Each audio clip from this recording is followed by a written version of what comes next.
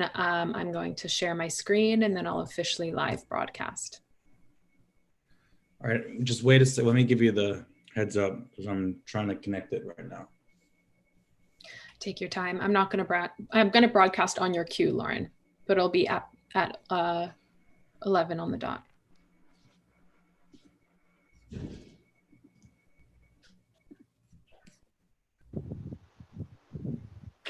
We are live.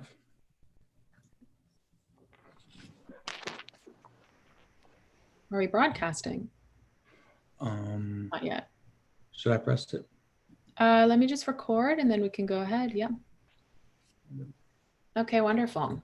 We're going to wait just a minute for people to enter the room.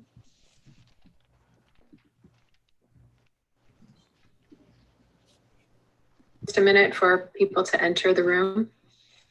Lauren, do you mind just muting yourself? Yeah. Okay, so I see some people joining the room here. Hello, everyone. Take some time for people to come in. Welcome to the 14th episode of the Hunger for Justice series.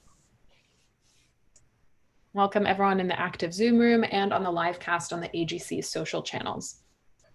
This is Nurturing the Seeds, Reaping the Gains with KMP, the Peasant Food Movement in the Philippines. Welcome everyone.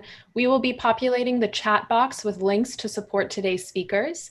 You can engage on the chat of the live platforms and the Q&A in the Zoom platform with questions for today's speakers. Please submit your questions before the last 15 minutes of the conversation for them to be answered live. This session is being recorded and will be uploaded for public viewing on the AGC YouTube channel. We thank you for joining us today. A Growing Culture is a nonprofit organization advancing a culture of farmer autonomy and agroecological innovation. And now you'll be hearing a few words from the founder of A Growing Culture, Lauren Cardelli. Hello, everyone. Thank you for tuning in. We can't be more excited today. We have some amazing speakers from KMP, the Filipino movement, the peasant movement of the Philippines. We also have Nancy Matsumoto of Civil Eats, an amazing journalist who's going to do just an incredible job moderating and who is best equipped to help tell this story. This week, we have something different and unique, but also something deeply revealing. This week's episode is going to uncover some of the real dynamics that are happening on the ground around the world. There have been brutal killings of farmers in the Philippines. These killings have been exacerbated by an authoritarian demagogue. And this needs to be brought to the attention of people all over the world. There's been a new anti-terror law that has only exacerbated this injustice and oppression. And in our work coming up to this episode, in conversations with KMP, they wanted to share the reality of what's going on in the world. They want to show the reality of their community. And so we are blessed to be able to feature their voices and to have a platform where this can be shown. But what it did require for us to think about was the concept of a trigger warning.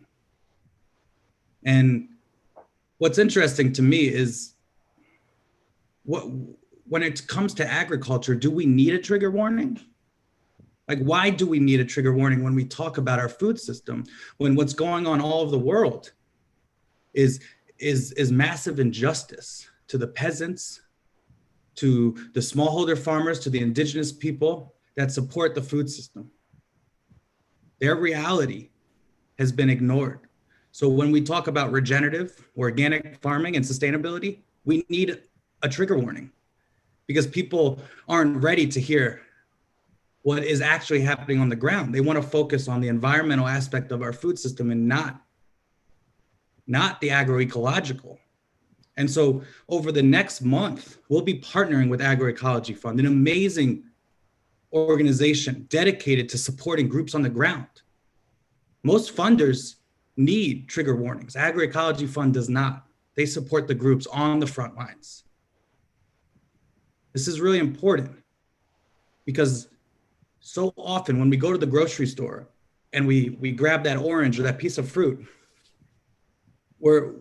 does that need a trigger warning? What are we ignoring? What's the reality that we're ignoring that's actually going on around the world? How are we complacent to it? So in our whitewashed and hear no, see no, feel no evil world that in the West we try to live in, we absolutely do need trigger warnings. So we hope that this journey that we're on together, this journey that is going on today, next week, and the weeks after, where we'll be featuring amazing voices from around the world, we hope that every one of our listeners, every one of these viewers starts to recognize how real agriculture is. So I am right now so excited to introduce Nancy, who's become a friend of mine, who I just absolutely have loved working with. She's going to take it over and introduce KMP. And we're here to learn and to listen and to stand in solidarity with the peasants in the Philippines. Thank you so much, Lauren. That was incredibly powerful and a great lead-in. I'd like to introduce our panelists and their organization. Kilusang Magugubid Pilipinas, KMP for short, is the peasant movement of the Philippines, a democratic mass organization of Filipino peasants fighting for land reform, social justice, and social change. KMP's more than 2 million members nationwide participate in campaigns against land grabs by local and foreign landlords, agro corporations, and plantations, and massive displacement from land-related human rights violations and other abuses. For the past 3 decades, KMP has worked to help the rural poor by defending and asserting their right to make the land productive for their family and for the country. Since the election of President Rodrigo Duterte in 2016, harassment and killing of farmer peasant leaders has increased. 262 farmers have been killed in connection to land disputes since Duterte's election. On July 18th, a new anti-terrorism law took effect, which many feel is a thinly veiled instrument to target and arrest opponents and critics of the Duterte government, simply by branding them as terrorists. The fear of KMP and many other organizations is that the law could be weaponized to suppress legitimate criticism of the government and its policies. Meanwhile, the COVID-19 lockdown has shut down all public transportation, leaving subsistence farmers to walk miles to their farms. In April and May, at the height of the lockdown, farmers risked arrest for staying out past a 5 p.m. curfew. Without the ability to care for their farms, get to market daily, their livelihoods and lives are threatened. Corporate land grabs, meanwhile, continue under these conditions. Here to speak with us today are panelists and KMP Chairman Emeritus, Rafael Mariano, who goes by his honorific nickname, Kapayeng, and Catherine Manga. Rafael is a farmer from Quezon who, in addition to having a long and distinguished political career, served as KMP's national vice chair and chair between 1993 and 2016. Catherine, or Manga as we know her, is a community development officer, community development worker, a researcher, and a peasants' right advocate. She comes from a background in community theater that advocates for farmer land rights. She joined KMP in 2018, and she's now a project coordinator there. And I have to add that tomorrow will be KMP's 35th anniversary. So we want to congratulate Kapayeng, Manga, and the entire organization for achieving this truly huge milestone. Congratulations. So now without further ado, I'll turn it over to Kapayeng and Manga. Thank you very much, Nancy.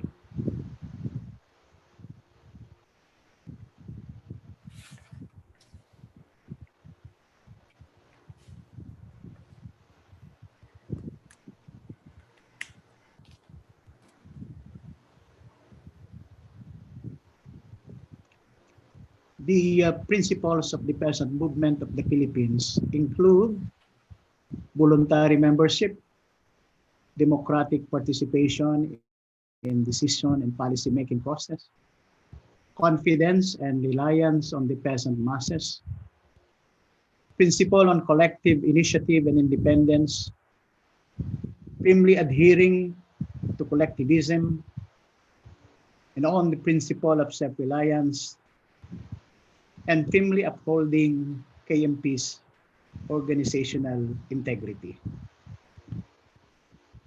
So those are the principles of the peasant movement of the Philippines.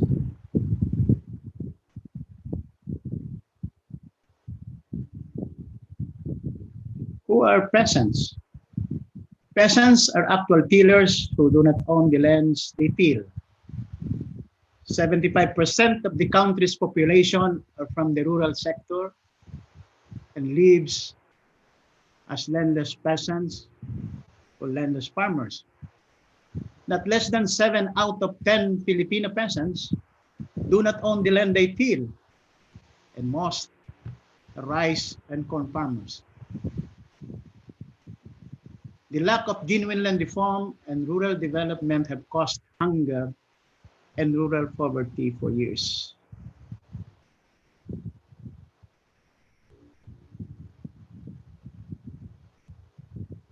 Because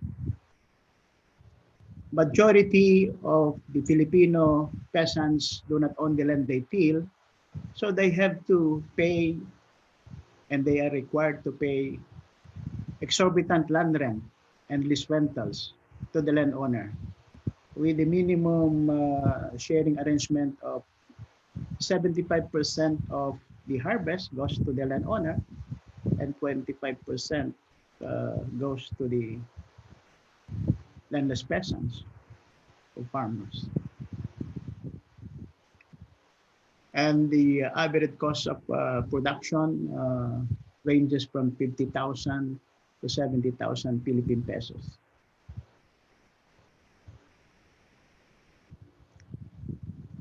So because majority of the Filipino peasants do not have enough production capital, they are forced to go to local money lenders in the rural areas who charge high interest rates on farm capital, and while the farmer produce are being bought at a very low farm gate prices. So what is left to the landless peasant and his or her family is not enough to subsist on as a farm net income.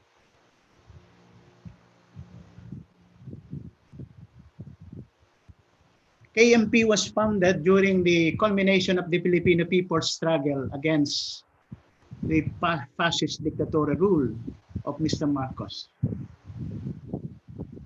KMP's foundation was a product of the advance of the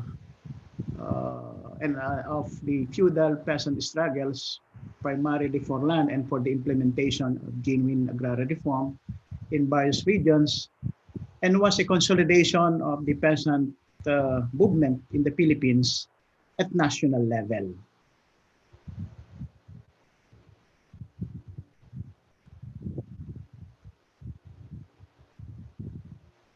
What is the main goal of KMP?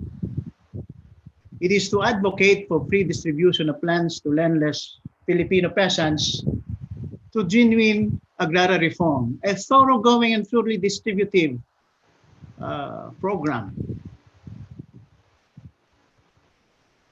and to emancipate them from various forms of exploitation and oppression. What is agrarian reform program? It is a breaking up of land monopoly by a few, a genuine and thoroughgoing distribution of lands to the landless peasant tillers, with free distribution of land as the basic principle and central goal.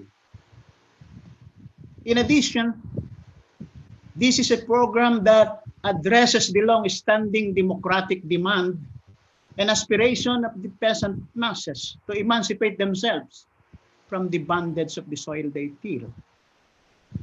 It is a basic requisite to the development of agriculture and rural areas in the Philippines to attain food self-sufficiency and sustainable food security. It is a necessary program to put an end to historical social injustice, oppression, and exploitation being suffered by the Filipino landless peasants. Programs of genuine agrarian reform and national industrialization are two basic requisites for genuine national economic development.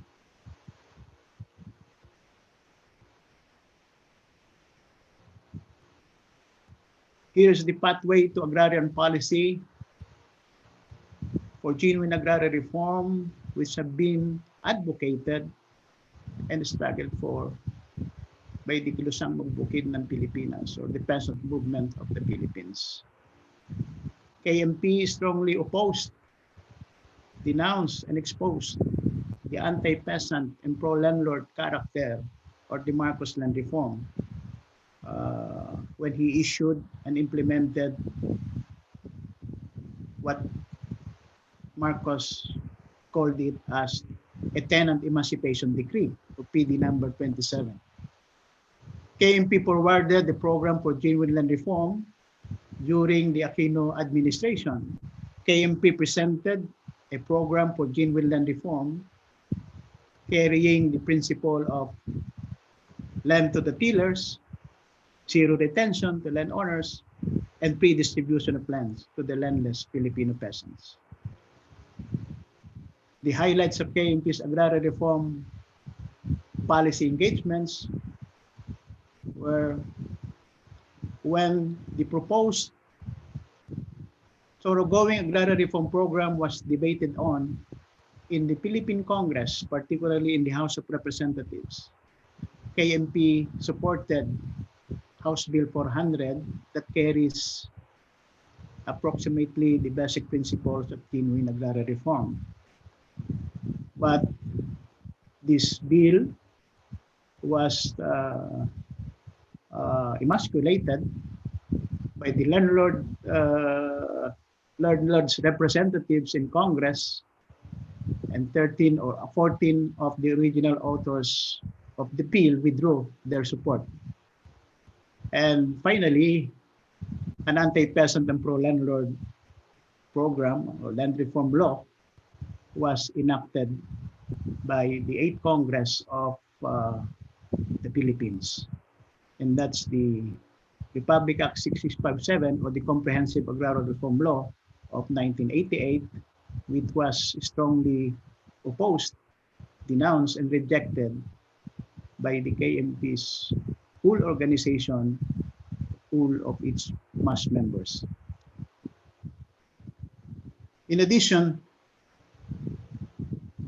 farmers took to the streets on January 22 to call for free land distribution of land through the implementation of genuine agrarian reform. But instead of heeding the legitimate and just demand of the Filipino peasants, the peasants under the leadership of KMP were met by violence, and it was the infamous Mindiola massacre of January 22, 1987.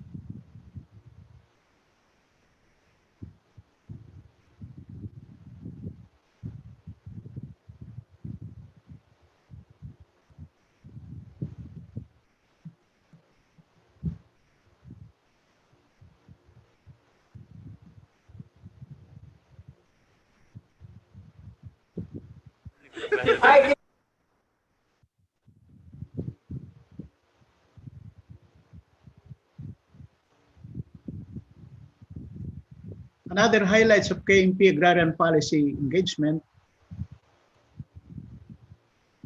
were the KMP's strong opposition and denunciation to a deceptive stock distribution option.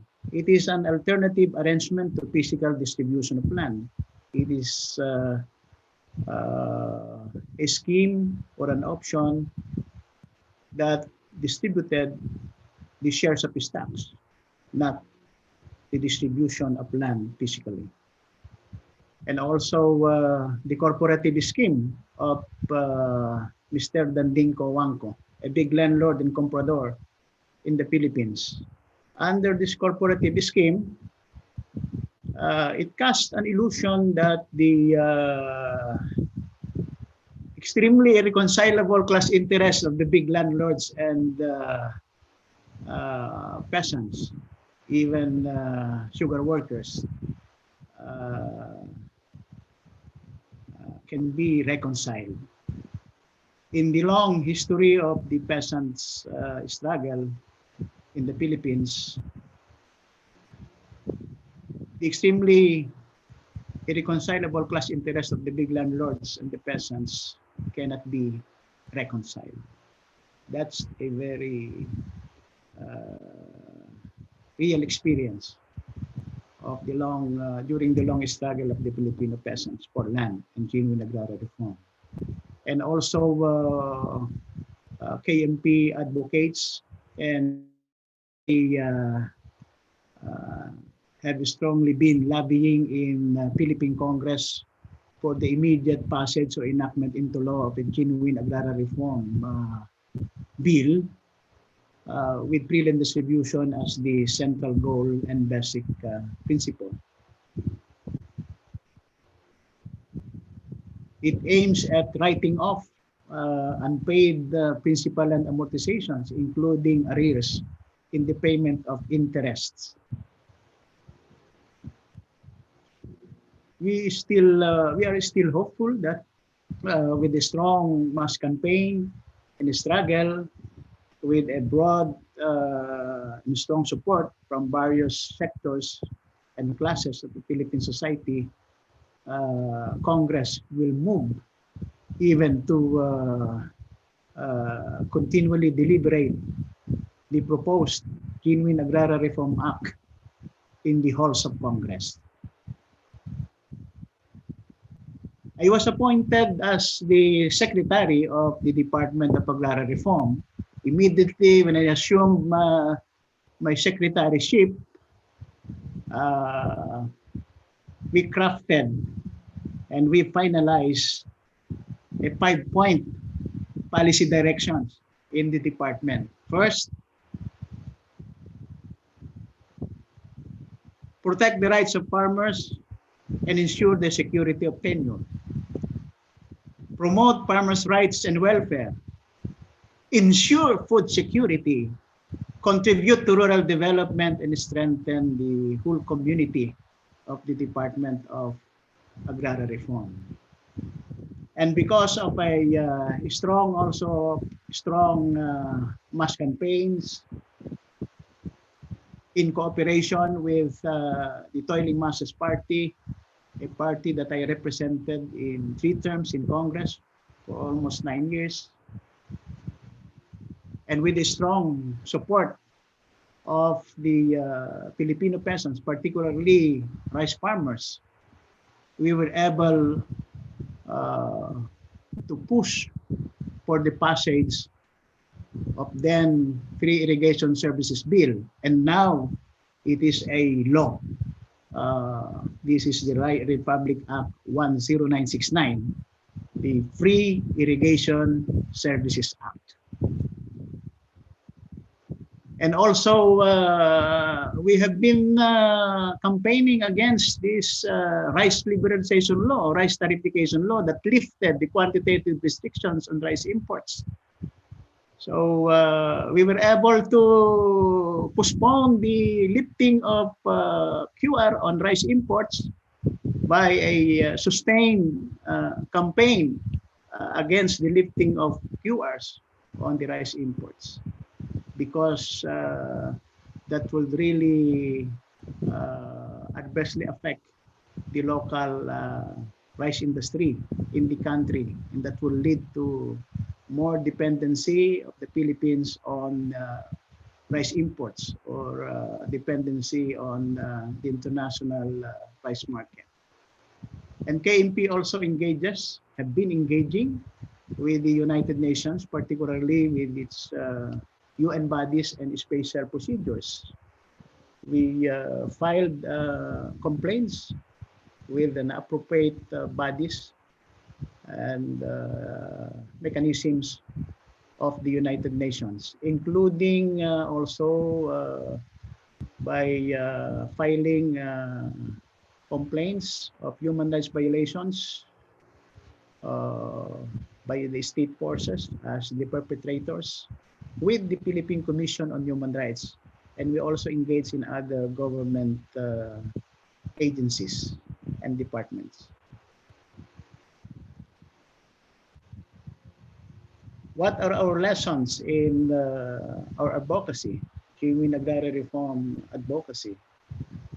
So it is important that we have to be consistent in our position on important issues, concerns, sectoral, national, or international issues. We have to seize political initiatives and independence, and we practice this principle in our alliance work with the unity and struggle principle. Not all for unity.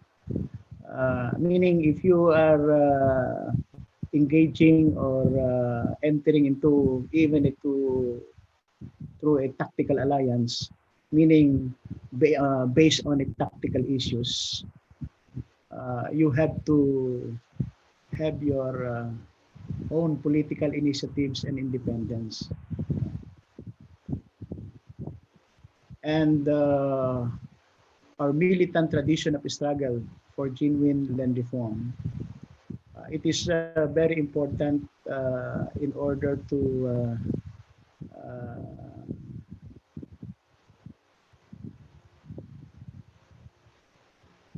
protect the organizational integrity and prestige and the line of struggles of KMP. And we have to avoid to fall into what we call the reformism or opportunism. Struggle for reforms is quite different to reformism. We have been launching a minimum program of agrarian reform, like lowering the or reducing land rent and lease rentals, increasing the prices of farm produce, reducing the interest on farm capital towards the elimination of USURY, and increasing the wages of farm workers. Those are, we considered,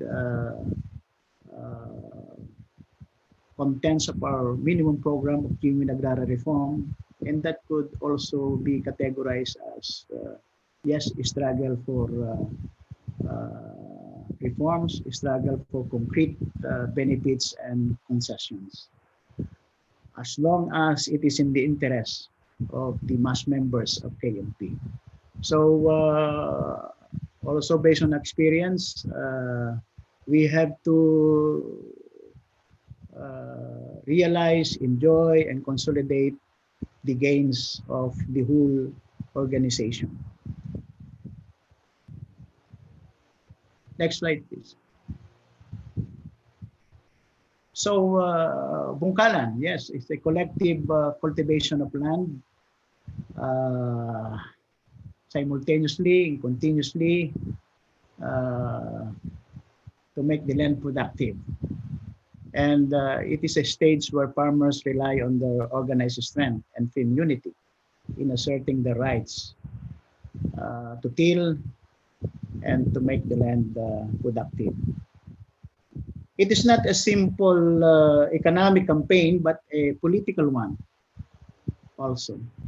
Farmers must have a strong organization to launch it and must continue to strengthen the ranks for it to succeed.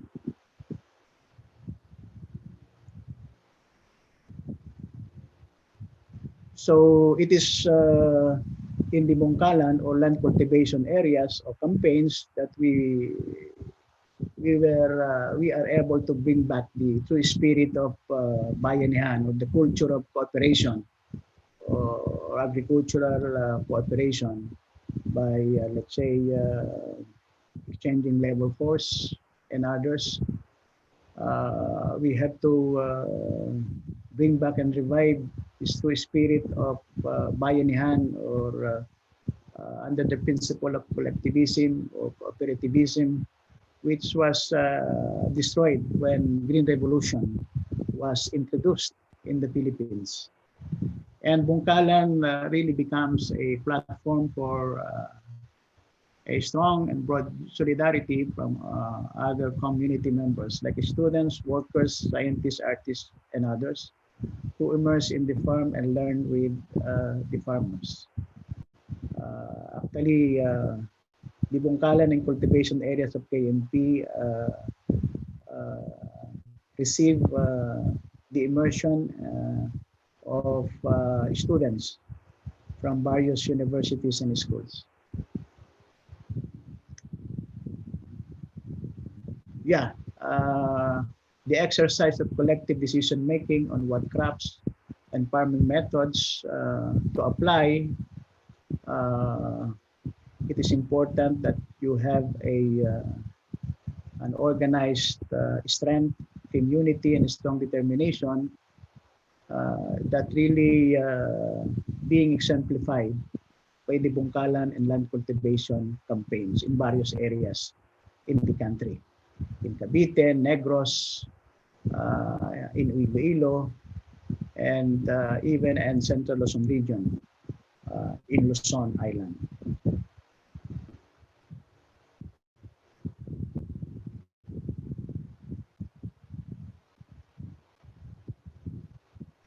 What the Bungkalan teaches the organized Filipino farmers. Yes, the continuation of education and continually strengthen the organization. It must be done in the ranks of farmers, and it is important, yes, that they are organized, independent, self-reliant, empowered, and self-sustaining. Most primarily with food security in the community levels. The success of cultivation becomes and really an inspiration to other farmers and communities. So this is being strengthened and maximized and consolidated also through the farmer-to-farmer exchanges.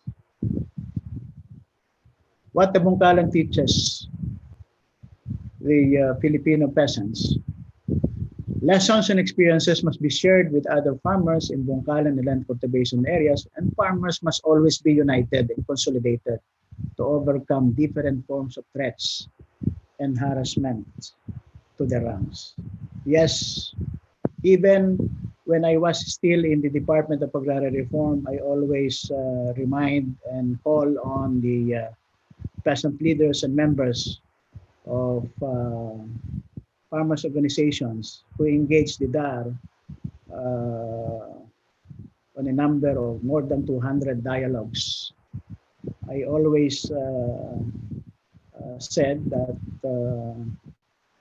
it is through the organized strength, firm unity, and strong determination of peasants themselves that the peasants can be able to defend, protect, and assert the right to land and the implementation of genuine agrarian reform.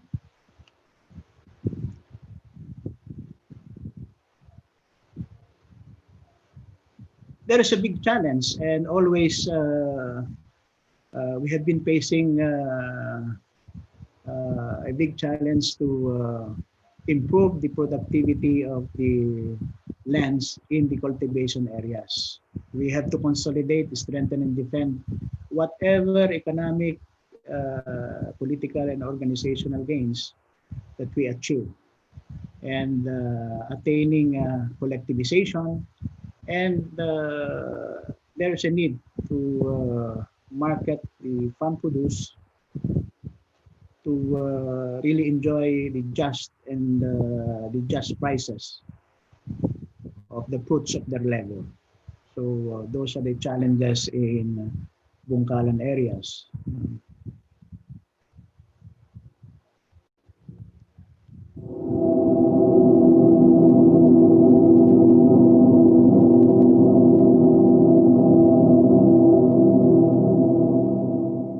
Ng bala ng Armalite at kalibre 45 ang nakita ng kapulisan kinaumagahan. Unang baril, takbo na kami sa pangalawang manggat. Nagtago kami talaga doon at pinabutukan kami lahat. Pinamaril kami.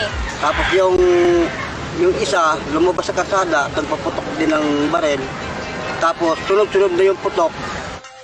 8 banang binubungkal ng katipunan ng lehitimong magsasaka ng lupang Ramos ang mahigit 370 hektaryang lupa na ilang dekada na rin nakatiwangwang.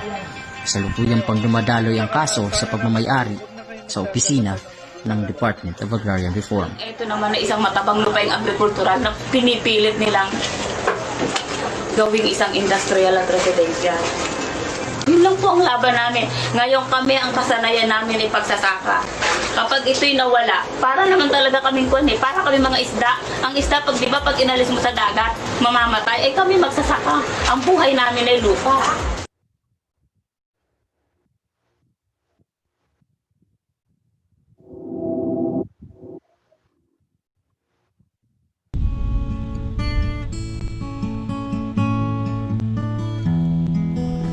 Kabahin na ng yuta nga na-covered sa carp, wala ginagilagi panagtag. Ug wala may mag-LCE, dili may kayuta. Mao nang kinabuhi na mo dito sa Hacienda Pilomina.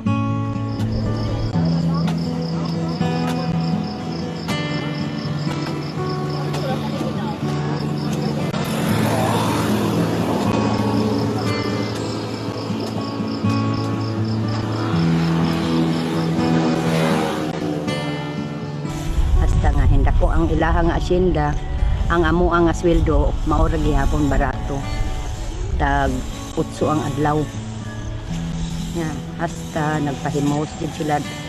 Himos lang ginilag tinuod ang mga kataw, ang mga obreros nila wala gina nila ginasabag na hatagan og mga benepisyo. 2009 nakahukumi nga mo LCA kay sila nagplano sila nga ang kanang pumuluyo dirang lugar demolis.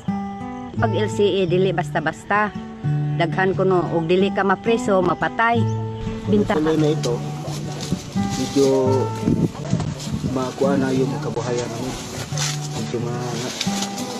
medyo tibay na. Meron kaming harvest na mais, meron kami harvest ng munggo. Nag-usap-usap na kami dito sa aming mga lahat ng mga membro. Yung dito, gawin namin ng palayan. So ang kulang namin, yung kagamitan. Ang kailangan din namang suporta pa rin. Katulad yung karabaw. Kasi mahirap ng bungkalan namin kapag walang karabaw. Matulungan kami. Sana ano namin yung lupa namin. Sa totoo lang, sa mangunguma man ang lupa, hindi naman ingon sa kuan. Yung mga nag-angkong may-ari, hindi naman sila marunong magbungkal sa lupa.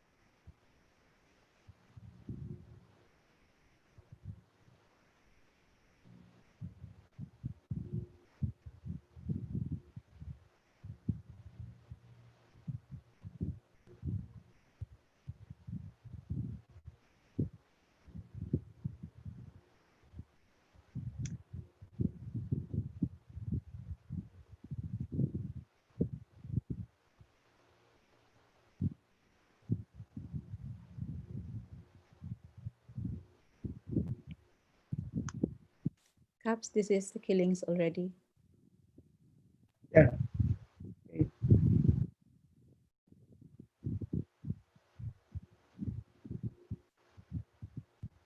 Yes, activism is not terrorism. Cultivation of land is not a terrorist act. And calling for and demanding for the implementation of genuine agrarian reform with free distribution of land as the basic principle and central goal is not cannot be considered as quote unquote inciting to terrorism.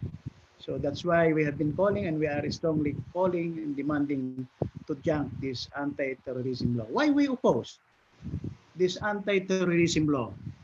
Or maybe appropriately be called as law of state terrorism instead of anti-terrorism law. We oppose this because the definition of terrorism is quite overbroad, and anyone can be charged even without can be charged with inciting to terrorism. And any individual and or organization can be designated as terrorist by the Anti-Terrorism Council, which is an executive body and not a judicial body. And anyone can easily be arrested even without judicial warrant and be detained for 24 days, even without formal charge in court. And anyone suspected can be subjected to surveillance even without court order for 90 days. Exercising freedom of speech, freedom of the press, and peaceful assembly, or freedom of association, or the right to organization can be curtailed and grossly violated and be categorized as either inciting to terrorism or considered a terrorist act by organizing peasants to join rallies or mass actions or dialogue, picket before a national, before in front of a national office, let's say of the Department of Agriculture or the Department of Agrarian Reform. And the anti-terrorism law of 2020 violates the Bill of Rights provisions enshrined in the 1987 Philippine Constitution by violating the right to due process, because the first section of Article 3 of the Philippine Constitution, or article on the Bill of Rights, provides that no person shall be, or no person shall be detained or shall be held accountable to a, let's say, a criminal offense without due process of law, both procedural and substantive. And the law really threatens the exercise and enjoyment of the basic democratic rights and fundamental freedoms, not only of the Filipino peasants, but anyone who only exercises their basic human rights or democratic rights. So that's why we had been strongly opposing and demanding the junking of this anti-terrorism law of 2020. And KMP, as it is represented by the national chairperson of it, kasama Mr. Danilo Ramos, is one of the co-petitioners of the petition questioning the unconstitutionality of the provisions of this anti-terrorism law before the Philippine Supreme Court. So that's why we strongly oppose this anti-terrorism law, and we are demanding and calling for the junking of this law of state terrorism instead of addressing the problem of terrorism in the country.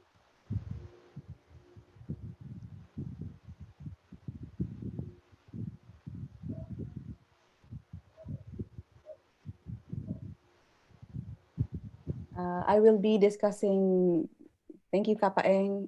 I will be discussing the farmers' situation during the COVID-19 lockdown in the Philippines.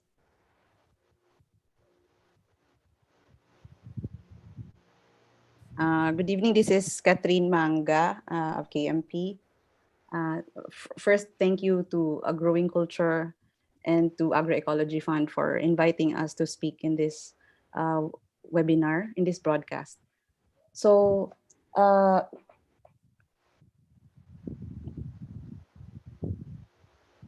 we start with the video.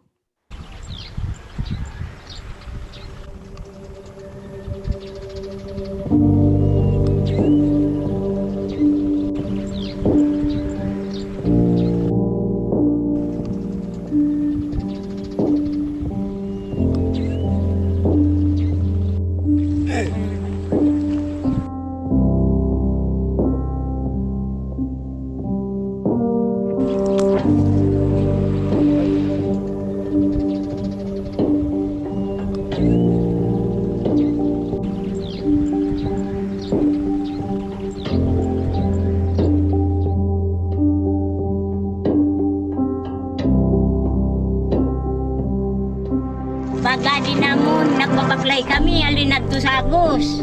Makabot sa na di sa pananom.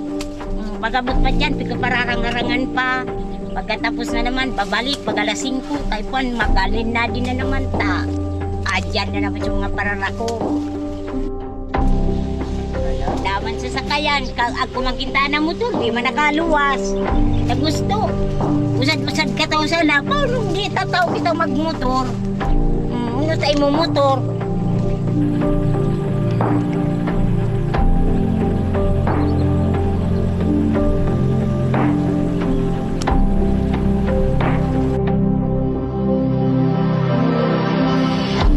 Ano yan na? Kangko. Sarin mo inuko. Baba. Maray nga ni nakaluwas pa ka. Wala ta. Lockdown baga.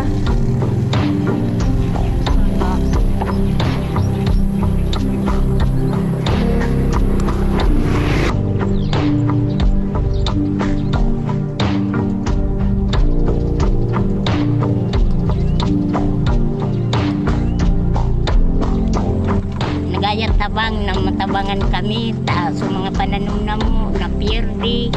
Grabe gasto na mo, daman balik, mabu yung makakuku, kabarato magbinta. Lalo na ining sinasabing lockdown, yung nang problema yan mga tao ta, arog sa akon. Ang pobreng maray, abo ng palwaso, abo ng payano na di sa tanong pa, na kami. Muda na kami makakaon. Kaya nagayat kaming tabang, nagayat akong tabang na kung mapipili, matawan basang kami ibakal mga pananom naman.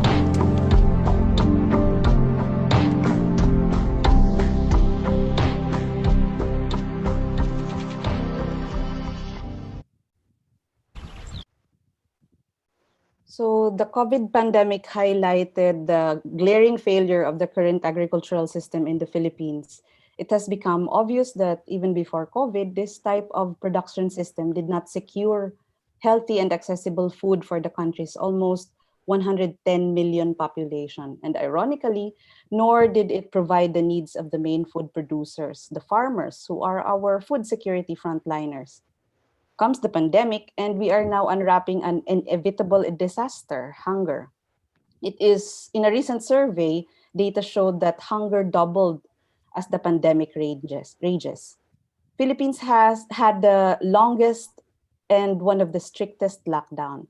Even so, cases continue to rise, and it has now reached 74,390 positive cases.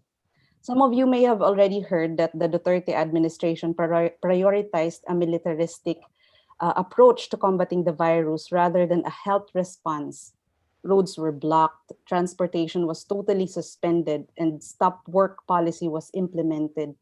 Even on the first day, the farmers were already lamenting there is no such thing as work from home for farmers.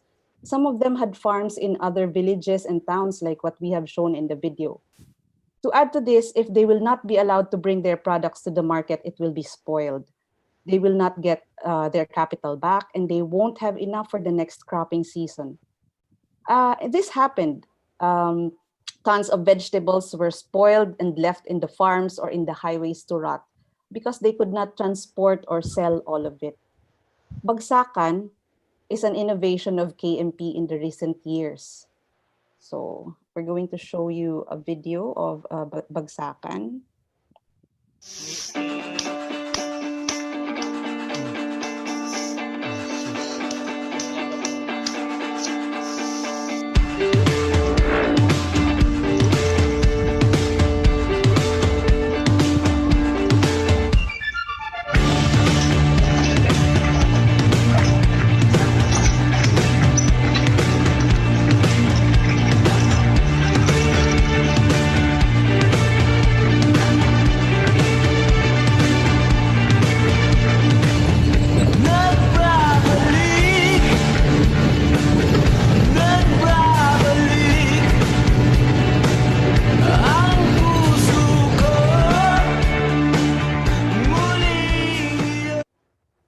So Bagsakan, or what we call the drop-off point or the market, where the farmers drop their produce. Bagsakan is a term we use. It was before COVID, the farmers would bring products of their land cultivation or of the Bungkalan when there were dialogues, when there were campaigns or rallies in Metro Manila.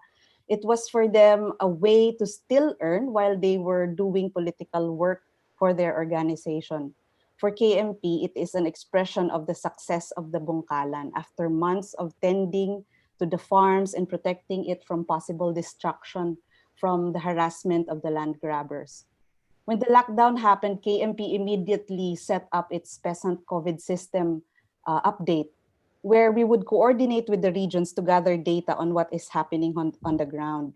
The nearest area we could respond to then was Bulacan, which is around 40 kilometers north of Manila. The Bulacan farmers were worried. They were texting us that they were worried that they would not be able to sell their harvest. Like in any other farms, there was no transportation to bring their products to the market. On March 21, we started posting on personal Facebook accounts to ask friends if they would be interested to buy vegetables and fruits from the farmers, and we were flooded with requests. So we decided to put up a page, and on the second week, we were already able to deliver 4 metric tons or 4,000 kilos of vegetables to different organizations, to relief operations, and to individuals. These only include vegetables with long shelf life. We tried to deliver green leafy veggies, but they all got spoiled with hours of queuing in the different checkpoints from Bulacan to Manila. What actually made us pursue Bagsakan was also the relief operations angle of it.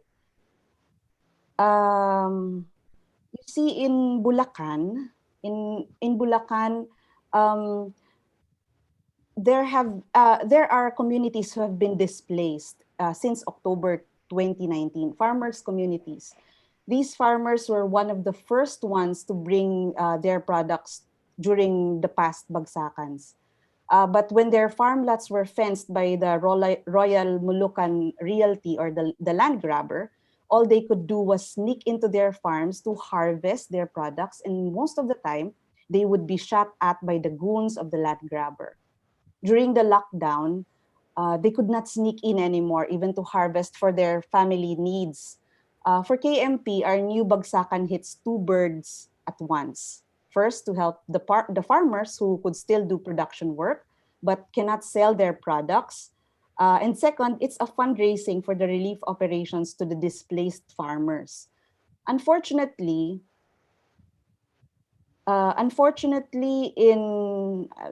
Unfortunately, in April 19, while our staff and relief volunteers were on their way to Bulacan for a relief operation, they were apprehended by the local police and were brought to the station for questioning. Upon learning that they had with them newsletters and COVID primers calling for free mass testing to be distributed to the communities, they were humiliated while being videoed, they were shouted at, and they were tagged as members of the New People's Army. The police and the local government, even the government office that released the effectivity of the permit for the jeepney that we use in the Bagsakan and in the relief operations, was denied. They were detained for 4 days, repeatedly interrogated, and it was only during the 3rd day that cases of violation against quarantine violations and inciting to sedition were filed against them. On June 1, the quarantine violation case was dismissed, but still leaving the inciting to sedition case. For KMP, this is pure harassment. Humanitarian activities during the pandemic, as long as it follows health protocols, must not be restricted, and especially if the government cannot provide food and other services to its people. Humanitarian groups and organizations are already doing what they ought to be doing, and still they get tagged as terrorists. But even so, our Bagsakan kept on. Right after our volunteers were out of quarantine because they needed to be quarantined for 14 days after being arrested, we got back to delivering bulk orders to different relief operations and community kitchens. For a month, we just delivered bulk orders because we could not deliver individual orders because the jeepney we used is still with the police. They said that they cannot release it because it's been filed as an evidence against the relief volunteers. So we had to find other means to transport the vegetables. Last week's Bagsakan marked our 13 metric tons or 13,000 kilos of vegetables delivered. With the joint relief efforts of different farmers, advocates, and network organizations, we have serviced almost 5,000 families of farmers, fisher folks, and urban poor, not counting the many relief efforts in the regions. We are grateful to have such a dedicated team. Some of our customers have eventually become volunteers and even asked their friends to help in packing the vegetables. They are happy to be part of an advocacy that directly buys products from the farmers. We are recently transitioning to rehabilitation efforts. With the help of Agroecology Fund, our farmers started setting up backyard gardens and communal gardens in 12 communities in Norsagaray, Bulacan. This include the displaced farmers. 6 farmers organizations are now supported with the food processing and preservation efforts. Their products will eventually be promoted and sold in our online Bagsakan. Right now, we are also promoting products of some farmers and urban poor communities from Quezon City who are not able to sell their products because schools and establishments are still closed. What else? Also, during the lockdown, KMP had different campaigns online. We continued with our education work even during the lockdown. We held international and local webinars, online forums, as we call them, and engaged in different campaigns to call for mass testing, call for aid and production subsidy. We continue to call for the government to protect the rural poor and all the working people amid the COVID pandemic. Thank you. Thank you both for a really comprehensive and inspiring summary of what you've done these past 35 years. I can't imagine what shape the Philippines would be in if you hadn't existed. I know we have a little bit of extra time, so I'm going to ask a few questions. I love the BAGSAKAN and the BUNGKALAN programs. And I think those are incredible, showing incredible nimbleness to respond to the crisis. One thing that I hope you could explain is you have the landowners, you have the corporate plantations, and you have the peasant farmers. And there is land grab. Land grabs are ongoing to turn this large farmland, which the peasants do not own, into plantations. What is the mechanism? Like, how are they colluding with the landlords, and how are you trying to fight this sort of structural problem that's happening? For either of you. Go ahead, Caps. Thank you, Nancy. In areas wherein the peasant masses, the farmers, the farm workers, agricultural workers, are in dire need and living in abject poverty. And there are vast tracts of lands, either idle, abandoned, or lands that are planted to export crops. But the peasants, farmers, people living in the certain locality or community needs food. And for the peasants' families to subsist on. So they have to organize themselves and decide collectively with strong determination, but with in organized way, to collectively position themselves on the land and make the land productive. Primarily on the lands that the peasants, agricultural workers are considered potential, quote-unquote, potential beneficiaries of agrarian reform, who have been demanding or clamoring for them to get back or bring back the lands under a very exploitative joint venture arrangement or corporate farming scheme.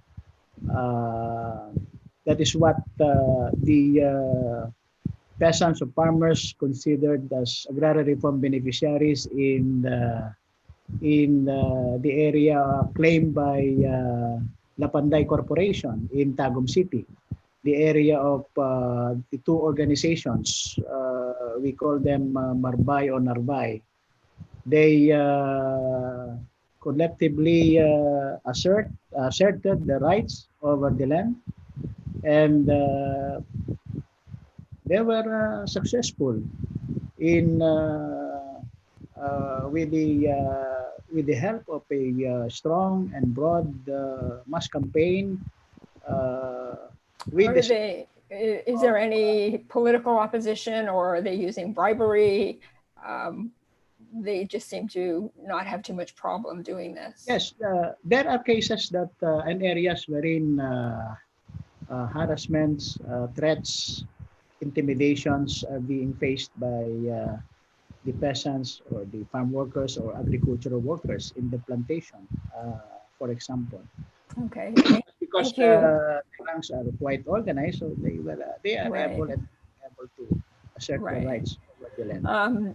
Thank you, Kapayang. This brings up another question that maybe you can answer, Manga, which is, it seems so difficult, especially in the Philippines, it's true everywhere in the world, to become a farmer now. Are there younger generational farmers who want to go into this, or are they just deciding that why would anyone want to do this when you could be harassed and killed? I think that there are still many young people in the countryside who would want to continue making the land productive. Although, of course, the current education system does not really give that kind of culture to the young people. But we are hopeful that what the peasant movement is doing is also, while it is cultivating the land, is also cultivating the minds and the culture of the young people to still pursue what their parents have pursued in the past years. Is there a strong feeling that there will be cultural losses too, of just agricultural traditions? And I don't know if there are festivals and things like that that you are trying to keep alive so that it will be passed down? Yes, most definitely. Actually, from a personal experience, I remember that when I was a kid, after harvest, my grandmother, I also come from a family of farmers. My grandmother after harvest would pray and thank our ancestors, and would cook all the kinds of food that she can cook with rice. And she would thank our ancestors for giving us such harvest. And I think that I haven't seen that practice in years. As much as we want to make that, to do that again, there is no such practice anymore. I don't see that in the countrysides anymore. I do not know in the other regions, but in my regions, we don't have it anymore. So yes, there will be cultural loss, definitely. Yes, and that's unfortunate. I think when you're working so hard just to keep that, it's sometimes hard to add those extra things on. Kapayang, I wanted to ask you a question about the ongoing problem of corruption. And I understand there's dumping of chemicals in farms, and the agricultural ministry selling overpriced chemical fertilizers in the region. Can you tell us a little bit about that? The Department of Agriculture has the program it calls Plant program. And one of the components of this program is what the Department of Agriculture calls it as a rice resiliency project. And with this project, there is the scheme of when you buy 2 bags of inorganic fertilizers, you will be given 2 or 3 bags of urea fertilizers. So a buy 2 take 2 or buy 2 take 3 scheme. It depends on what rice varieties that you are going to plant or to use. Buy 2 take 2 if you will your seed is inbred, rice seed is inbred, and buy 2 take 3 if your seed is hybrid seed. So there is a bias to promote the use of hybrid rice, hybrid rice. It's an economic. Before, during the previous governments, regimes, there was this buy 2 take 2 scheme also. But with that scheme, you had to buy 2 inorganic fertilizers, and you were given 2 bags of organic fertilizers. But here, both you are encouraged or pushed to buy inorganic fertilizer in order to avail 2 bags or 3 bags of urea fertilizers. It depends on what kind of rice seed that you are going to use. It's kind of but the prices of urea fertilizers are quite overpriced. Even under this what they call a centralized procurement. Thank you. I'm sorry to cut this short, but we do have one question from the community about the BAGSAKAN. Is it operating smoothly? How is it going right now? Right now it is we can't really say that it's operating smoothly, given that we still do not have our jeepney with us. But we should have a campaign to get our jeepney back. But right now, yes, we have more orders coming in from individuals and networks, because relief operations are still ongoing. Bulk orders are still coming in. This is good for the farmers coming from Bulacan. We have also expanded the membership where we get the produce. And also one good thing about this is that we have challenged actually the middlemen's prices. So prices of vegetables in Bulacan, the farm gate prices are now higher than before because of our bulk orders. Yes. Oh, wow. Great. We have another question. Can we mail donate organic seed to support the effort? Yes. Yes, most Very definitely. welcome. Yes, that Great. will be very welcome. Okay, I think Julia just posted donate to support. There's a link on the page, and that's a wonderful offer. I think it's a good point to wrap up. If I would love for each of you to maybe give a brief 1-minute summary of your vision for a post-COVID-19 land cultivation that would promote self-reliant and sustainable farming communities. You know, a lot of people are saying in some ways this is an inflection point and an opportunity. So I'd love to just hear briefly both of your visions for what that could look like. Kapeng, you want to go first? Yes. Thank you, Nancy. Under a quote-unquote new normal, the Filipino peasants must be emancipated or liberated from the shackle of oppression and exploitation. We call it from feudal and semi-feudal exploitation. And be a genuinely self-reliant, independent, food secure, and self-sustaining their peasant communities. And we have to preserve and protect indigenous knowledge and agricultural biodiversity. We have to protect our environment and ecosystems.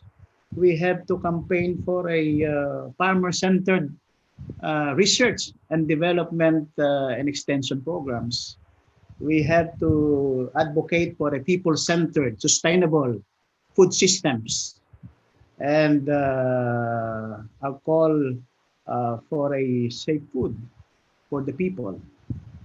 People interest over corporate profit. And yes, under a new normal, genuine agrarian reform and national industrialization must be implemented. The two basic requisites for the genuine development of Philippine economy. Yes, we cannot trust the present regime to protect the rights of the peasants and the Filipino people with the regime's human rights records. Yeah, clearly. Violation of human rights with impunity. So that's why we could say that when impunity becomes a law, resistance becomes our duty. Right. And we have to advance the principles of social justice and the common good, because thank you, Kapayang. I think we're going to have to move on to Manga's summary now, but thank you. That's a very comprehensive summary. Thanks. Thank you. I think that what we envision is a future where our farmers are happy with what they produce. They enjoy the products of their hard work, where their long-term interests are assured, where there is sustainable agriculture, ecological farming, and climate justice. And lastly, I think that we envision a future for the farmers where the young generation will still appreciate that they have a relationship with the land, that they can still have that relationship and pass it on to the next generation. Thank you.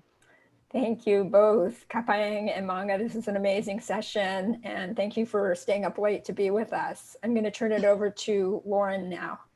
Thanks. Thank Thank you very you, much. everyone.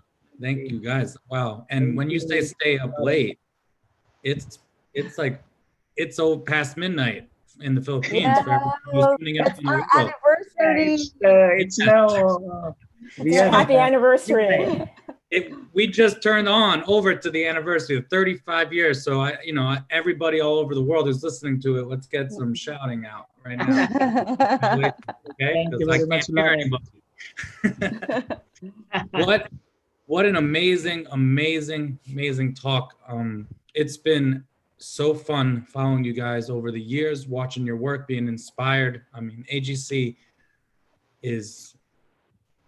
only exists because of groups like you that we are inspired by, and we want to support and help amplify the voices and to drive resources as much as we can, and to get funders, community members, and activists the ability to actually understand what is going on in the food system.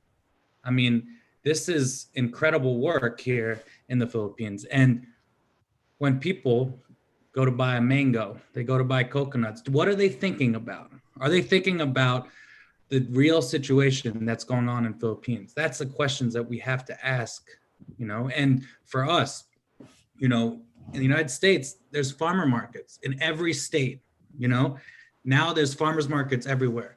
How many people in those farmers markets are celebrating and standing in solidarity with peasant farmers? You hear a lot of talk about plastic straws.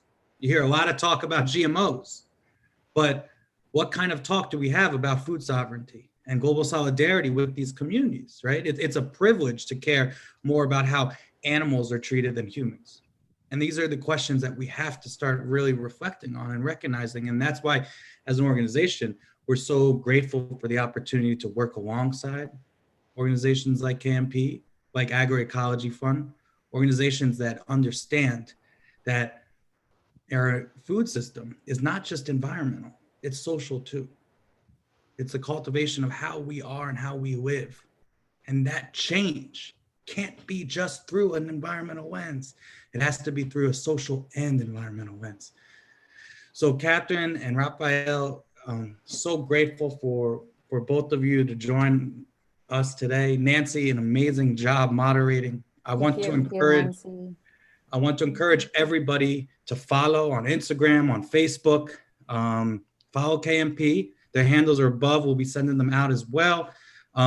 Please go getfunding.com, right? Go there. Here's the link. We'll be sharing it out. Go support this cause, right? Like, support them now, and let's all stand together, please. Next week, we have the Korean Women's Peasant Association. I think everybody's hearing. We're using the term peasant. Everybody else should too. Go to our Instagram, learn why. Women peasants are changing the world, right? That's the topic for next week with the Korean Women's Peasant Association check-in. It's also brought in collaboration with Agroecology Fund. Please, every week, we have new broadcasts from around the world. Tune in, learn, educate, because I just learned a tremendous amount from that conversation. And I had already read the presentation and I learned more. So it's incredible. What a gift to be here. Support the broadcast if you can. Follow Growing Culture for updates. We're here because of the groups like KMP and Agroecology Fund. So I just want to close it off with a special thank you to our sponsors, Milgram and Dascom and Eat Your Way Clean.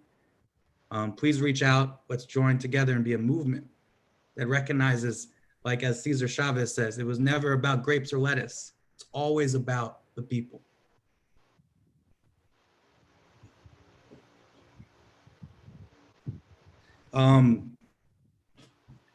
Do you guys want to say a last word, Kapeng and Manga? Is there any last closing that you want to say to the community before we wrap up? We just want to say thank you, everyone. Thank you, Agroecology Fund. Thank you to our friends who have been supportive of the peasants in the Philippines, to our new friends, and hopefully to many more networks and organizations who will join our movement for just change. Yeah, thank you. Yes, thank you very, very much. We have to uphold the people's food sovereignty and genuine food security. Thank you. Well, thank you, everyone. Thank you, Nancy. Thank you, Nancy. My pleasure. Thank you all.